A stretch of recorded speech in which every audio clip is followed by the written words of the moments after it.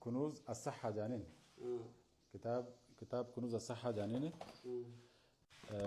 واي درا واسديني واسديه ونينا مبرسيس تدرا فيا برسيس onneen si fayyaa maal daleeti sombii si fayyaa maal dalag garaachii isaa fayyaa maal dalag dura san barate gaafa san bare booda namni onneen sun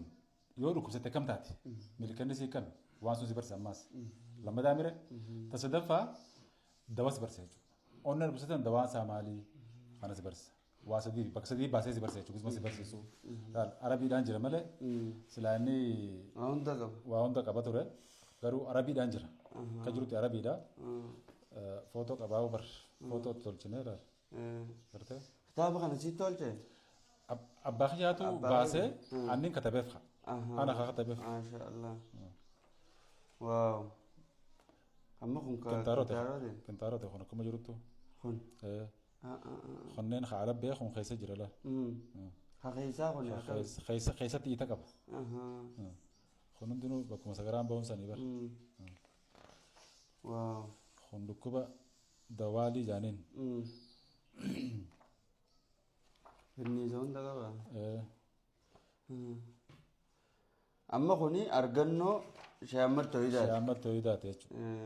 isaa baase kitaaba kana kanuma barsiisaa waan namaas dawaa baruu fedhus isuma kana barsiisa edan dawaas barsiistaniiti eebbistan nama akkas kun qaama saalaati laa qaama saalaa wajji wal qabatee rakkoo dhuftu waan jiru hunduma isaatu asirraa namni bareechu inshaallah egaa hunu daawwattoota keenya arra maashaallah mana qoricha wal'aansa aadaa Sheehammad Tooyidaa jirra at-tawhiid jaama akkuma loogoo isaa asirratti agartan wirtuu wal'aansa qoricha aadaa Sheehammad Tooyidaati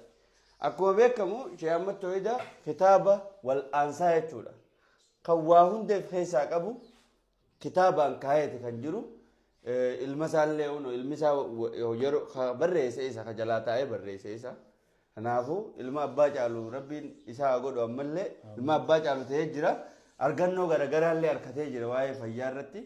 kanaafuu sartifikeetni dilli asirratti agartan kun hundi kan dhaabbata kanaati jechuudha kanaafuu warreen wal'aansa barbaadan ni ifa warreen wal'aansa barbaadan akkasumattis wal'aansa durattis haal dureedhaaf as dhuftanii waan takka if dura otoo dhukkubni ittiin dhufin dura yaalii duraa koo godhachuu qabanii jiraan sanfaadhaaf mee maal fa'aa yoo dhufanii fudhatan gaariidha jettee yaaddame yoo ta'e gizee akka soommanaa afaan namni dhutu firraa baasu yeroo takka akkuma shaayii reefu tanaa sanfaa garte waan san dhuguun qaama kana nashaata kannuu fi sigate akkanuma kana beektaa gizee hunda namni yoo ispoortiin goone useetuma nyaatee firraa taa'ee waan ni godhe rakkoo qaama keessa dhufaame sanii jecha waan san gubaa bar shaayii reefu tanaa sun barni godha faatii barni godha kolesteroolii fi maal waan qaama keessa jiru tirfii waan jiru san waan